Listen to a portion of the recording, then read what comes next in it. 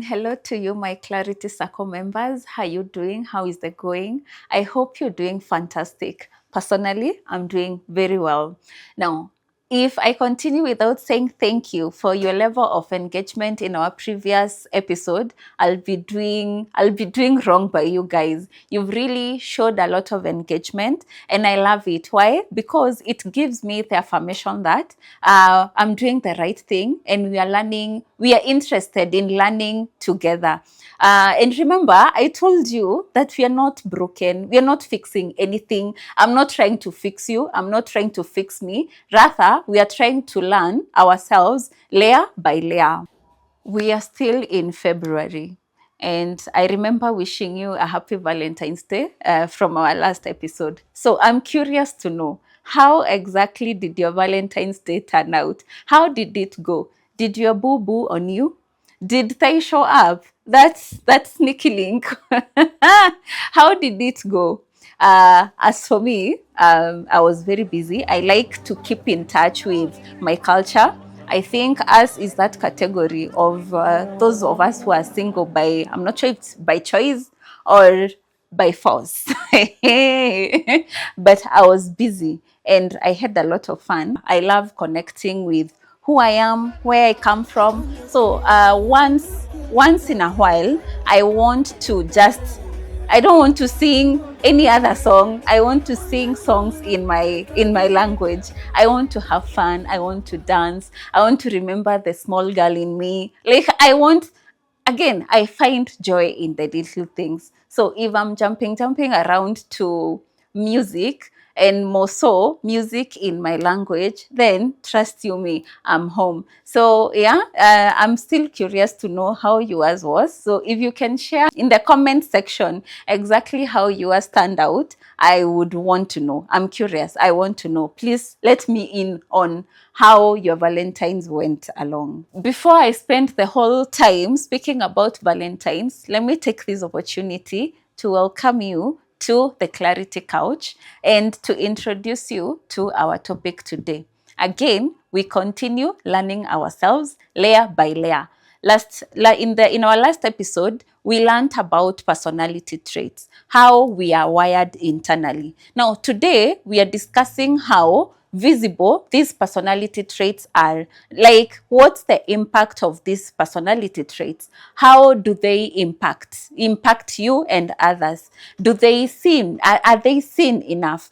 Do they remain hidden? That is what we are going to discuss today. And to help us in our discussion, I want us to focus on, again, another term that I'm introducing called the Johari's window. I want you to focus on a window, not the modern windows. The modern windows can be a bit confusing. But if you're talking of the old day window, it used to be divided into 4 quadrants. So, and that's what I want us to focus on, because for us to discuss this effectively, for us to see exactly how your personality type impacts on you and others, and how exactly it's seen by others, or it's hidden from you or from others. Yes, all those are possibilities. We need to compare it against a window. So on this window is called the Johari's window, which has four parts. The first part is called the open area, the open or the known area. The second part is called the blind area. And the third part is considered the hidden area, while the fourth part is considered the unknown area. So we are going to discuss how these 4 areas affect your personality types and how best, the essence is to know how, again, do you exist optimally? What is the desired result? What should be optimized? What should be reduced? What should be disregarded? But based on this window. Why is the Johari window important? It's important because, remember, personality types, they felt more like labels. But for the Johari's window, we step away from the labels and we now start focusing on their visibility. it's like deepening your self-awareness, because the question we are asking ourselves here is, how does this wiring, which is your personality type, which is this tool that you possess, how does it impact others, or does it stay hidden? And knowing your personality type is good, yeah, because it gives you some awareness, it gives you some confidence when you go out there, or when you're interacting with people.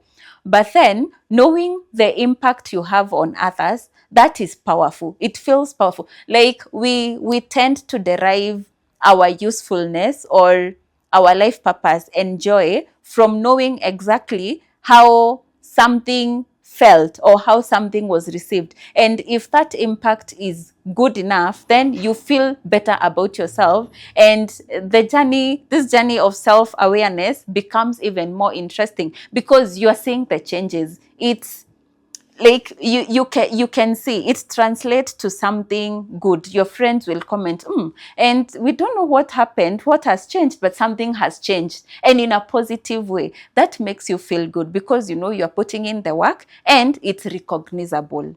Let's now join the 4 quadrants of the Johari's window to our personality types.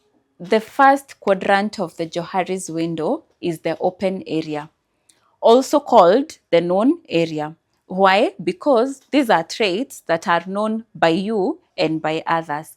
And this is where your healthy personality trait lives. Like, you have worked on your personality trait. You remember what we called tools, eh? We said we choose to call them tools, because that way it sounds more personal. So this tool that you have, you've managed to integrate the strengths of your personality type, the weaknesses, and you have made them work for you. So there is nothing to hide. You hear people say, I'm an open book. It's the same thing. Like, if you're an open book, then it means there is no chance of discovering some mysterious things. You are an open book as it is. So this is an open area where you and others see the same thing. Okay, so your impact is not like a lie. When you say she's living a lie, this now it's clear to you, and whatever is happening or how you see it is how others see it, because you're existing at your optimal level. Now, the goal of this quadrant, the open area, is you should maximize it. Like, the goal is to make you remember what we call the blind spot, to make everything work to your advantage, to make everything work for you. We said these personality traits shouldn't work against you. You should be able to incorporate all of them, despite the negativity, the branding, the labels. You are able to embrace the strengths and know exactly how to deal with the weaknesses, so that their detriment is not as much, or you are able to curb it. I'll give you an example of a personality trait acting or a personality trait acting optimally. You can have an introvert. We said introverts, they recharge internally, and we said they are generally quiet, they are shy, and they can be reserved. However, an introvert who is self-aware knows that at a particular point, they'll need some me time. They'll need some solitude. So when an introvert gets to the level of actually communicating this need, because they know it's a need they have, it's a need that will come up. So them communicating that I'll need some solo time to just reflect. That works very well with the people around you, because then you don't just ghost people. You communicated that you need space, and they will give you space. Or a feeler who, we said they are emotional. They're said to be emotional. So a feeler who is able to call out emotions for what they are without feeling any guiltiness within them, that we can say is a person who has worked on their emotions fully. Because we said you're afraid of being branded as emotional and sensitive, so you kind of keep to yourself. but this person, this feeler, has made peace with it and knows exactly how to name emotions. So when you are able to do that without feeling any form of guiltiness, then we can say you are there. You are successfully walking where you are supposed to be. Now, what's the benefit of acting optimally at this open area? The benefit is that, or how this growth helps you, is it leads to clearer communication, and communication is important. We cannot discount the need of proper communication, because communication is not just communication if it's not happening how it's supposed to be. So it leads to clearer communication. It leads to fewer misunderstanding, and it also regulates your emotion. Like, your emotional well-being is easy. The second quadrant of the Johari's window is the blind area. Why are we calling it the blind area? It's called the blind area because your impact is known by others, but you yourself, you don't even notice it. You are so much in your element that you're doing something, or you're expressing yourself, your internal wiring is showing or impacting others negatively, yet you don't even realize it. Now, the challenge with this is that other people can feel this, but you are unaware of the same. With the blind area, this is where you see this is where personality does the most damage, and it's where the cancer of I'm just like that, they will adjust, this is who I am, it lives here. And honestly, for me, I find it very annoying when you keep insisting that that is the way you are. So you want to go bleeding on others because you're existing in a wounded personality trait out here. It's not good. So I want to give an example of how, I know you're wondering how people can know something about you and you don't. It's your impact, how you are showing up. So for example, an extrovert. We said extroverts recharge externally by expressing, by interacting. So imagine a person, an extrovert, who goes and on and on and on and on, and don't realize that at some point they have now dominated the space, and not in a healthy way. It's okay to give your opinion. It's okay to share your many opinions, but it's also very important to know when these opinions are rubbing off the wrong way to the people you are talking to or you're interacting with. Know when you are oversharing, because again, we say it, they can easily talk themselves out of wisdom.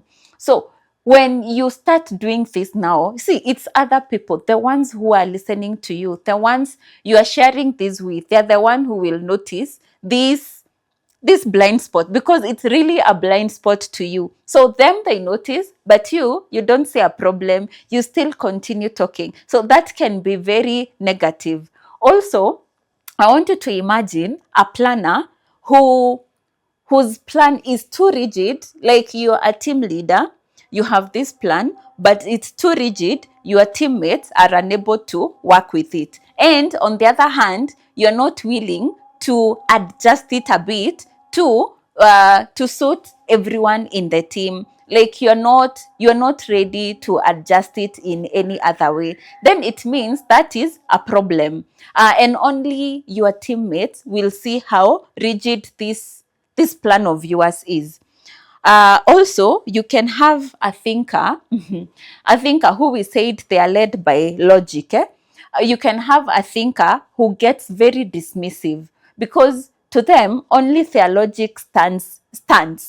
So they will become very dismissive when they are dealing with people. Again, you may think you're just being in your element, but you don't notice how dismissive you are. And these are things that are noticed by other people. So now, when it comes to the blind area, which is blind to you but visible to others, how then do you optimize this? The goal of this area is to shrink it. You should work towards shrinking it. And how do you do this? How do you shrink these blind spots? By receiving feedback, by being humble enough to receive this feedback, and by having the willingness to be uncomfortable. Because of course, if someone tells you you are being overbearing, if you are reactive, you will think, you may respond in a way that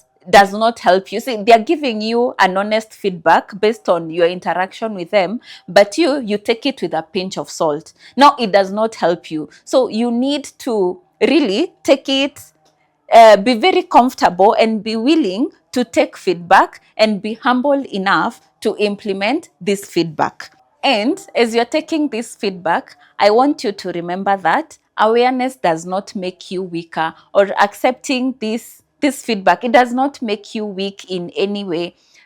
When you accept a correction, when you accept something with an open heart and with an open mind, then it only makes it easier and it makes people feel safer to connect with you. The third quadrant of the Johari's window is the hidden area. This is hidden to others, but it's known to you. This is where the suppressed and the masked personality traits exist. For example, you can be an introvert pretending to be an extrovert just to be accepted. Because again, if you're branded as a shy person, as a quiet person, you feel left out. More often than not, you'll feel left out, and there's always that need to belong. So when you think to overcome these, you need to pretend to be an extrovert. So you pretend to be an extrovert just to gain their acceptance.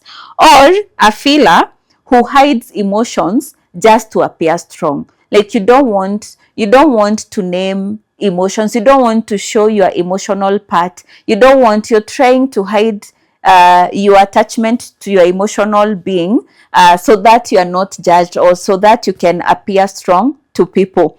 Or you can find a spontaneous person. We say they're spontaneous. The name speaks for itself. But then here you are, you're pretending to have some structure. Well, I'm laughing because I'm spontaneous. Maybe a little TMI. I'm spontaneous, I'm an introvert, and I'm also a feeler. But I think the beauty of getting to learn a bit, or to be curious a bit, is that you can adopt another, or you can evolve into another personality type. So I think I'm also a thinker to some extent. So as spontaneous, pretending to be structured, that is you vibrating or pretending to be what you are not. And what is the cost of this? The cost of this pretense is that it leads to exhaustion, because again, you are not operating at your vibration level. So it leads to exhaustion, it leads to resentment, because again, you'll be very disappointed with yourself for pretending, because basically that is what you are doing, pretending, and it leads to identity confusion. The goal of the hidden area is to shrink selectively. Why are you shrinking selectively? Because yes, not everything needs to be shared for sure, and that is healthy. And how do you shrink selectively? By sharing only what is appropriate, by naming your needs. Like instead of pretending, instead of working so hard to hide these traits from people, just learn how to name your needs appropriately, and you drop unnecessary masks. Imagine you don't have to exist in a form that you are not. You don't have to pretend to be someone that you're not. And while you're doing this, remember that privacy, yes, is very healthy, but pretending is expensive. At some point, it will come to be known. So stop pretending. It's an expensive trait to keep up with. The fourth quadrant of the Johari's window is the unknown area. This is the most misunderstood area of all, and it refers basically, what it means is that your traits are unknown to you and they are known by others. It refers to the undiscovered part of you, the part of you that you have to work, you have to go through a process of growth for you to discover. You have to evolve, you have to grow for you now to get to say that you've discovered something that you do not know. These traits, the undiscovered part of self, they include traits that are revealed under pressure.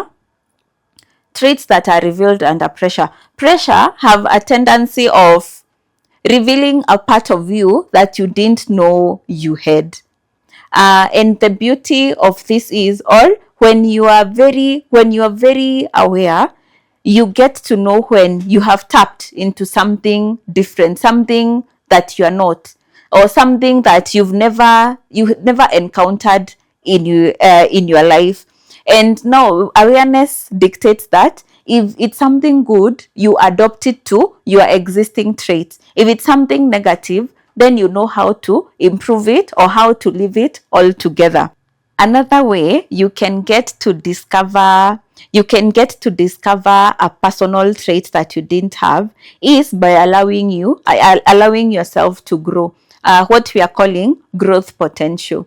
You see how you fall in love with someone based on their potential. Yeah, we are very good at this. You look at someone, you see what they can be, and you fall in love with that, their potential, which is very detrimental, by the way, because suppose they never evolve to that person that you are wishing them to become. So I wish you can use that energy, or the same energy, to focus on yourself and get to uncover parts of you that you didn't know existed by growing. Also, you can discover part of yourself that you didn't have when you become self-aware. Why is the unknown area important, you ask? It's very important because we defined it as the undiscovered part of self.